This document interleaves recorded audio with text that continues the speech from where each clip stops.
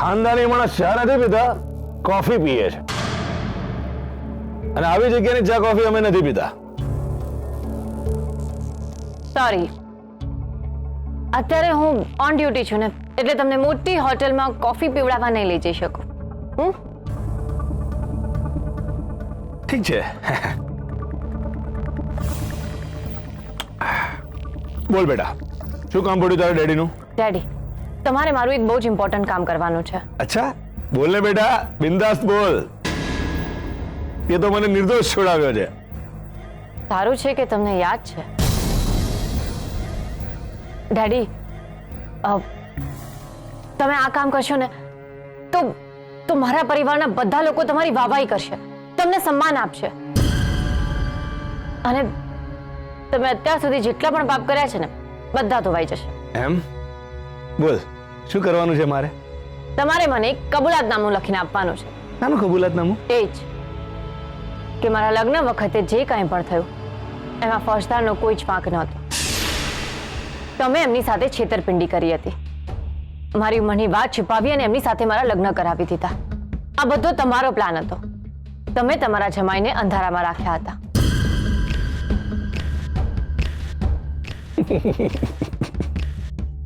કેસર દીકરા, આપણા વડીલોએ કહ્યું છે કે ભૂતકાળને ભૂલીને આગળ વધવાનું હોય. સાચી વાત છે, પણ હું આ ભૂતકાળ ત્યારે જ ભૂલી શકીશ જ્યારે તમે મને કબૂલાતનામું લખીને આપશો. કેસર દીકરા, જે થઈ ગયું એ થઈ ગયું. હવે આ કબૂલાતનામું લખાવીને તું શું કરીશ? ફોજદારને એમની વર્દી પાછી અપાવડાવીશ.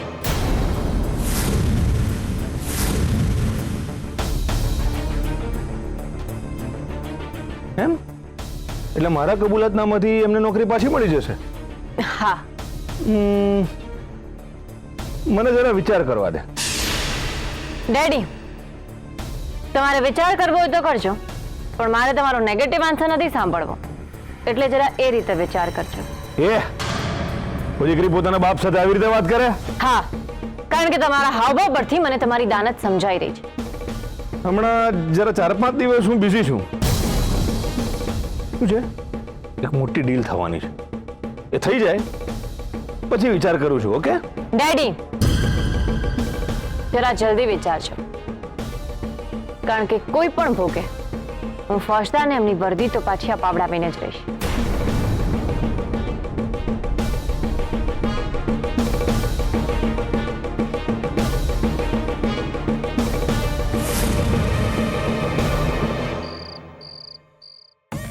અરે મમ્મી, પ્રતાપ કાકાના દીકરા સાથે જે કાંઈ પણ થયું ને એનું ટેન્શન લેવાની તારે કોઈ જરૂર નથી.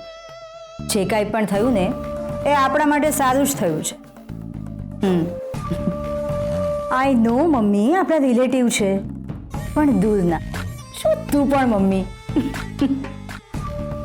પ્રતાપ કાકા અમારા ડિયર દેરાણી પર બરાબરના અકળાયા છે, એટલે એમના બધા જ વોટ આપણને મળશે. એ વાતની ખુશી મનાવતું. ભાભી, તમે લોકોના સુખી જીવનમાં આગ લગાડીને પોતાનો જ ફાયદો શોધતા હો છો, નહીં? હેલો મમ્મી, અમે તને પછી ફોન કરીએ. હા અર્જુન, તમારા લિટલ ભાભી જે રીતે લોકોના સુખી જીવનમાં આગ લગાડે છે ને એની સામે તો આ કંઈ જ નથી. ભાભી, તમે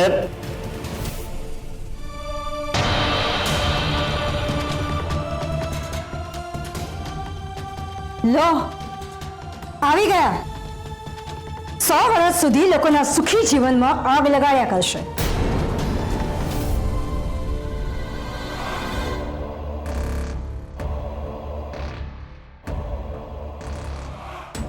તમે મને મારા વિશે વાત કરી રહ્યા હતા? હા, તમારા વિશે જ વાત કરી રહ્યા હતા.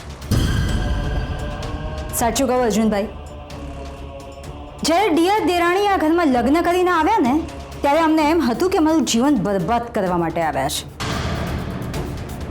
પણ ના, અમે ખોટા હતા. અમે ખોટા ઠર્યા. એમણે જેટલું અમારું ભલું કર્યું છે ને એટલું કોઈ કરી જ ના શકે.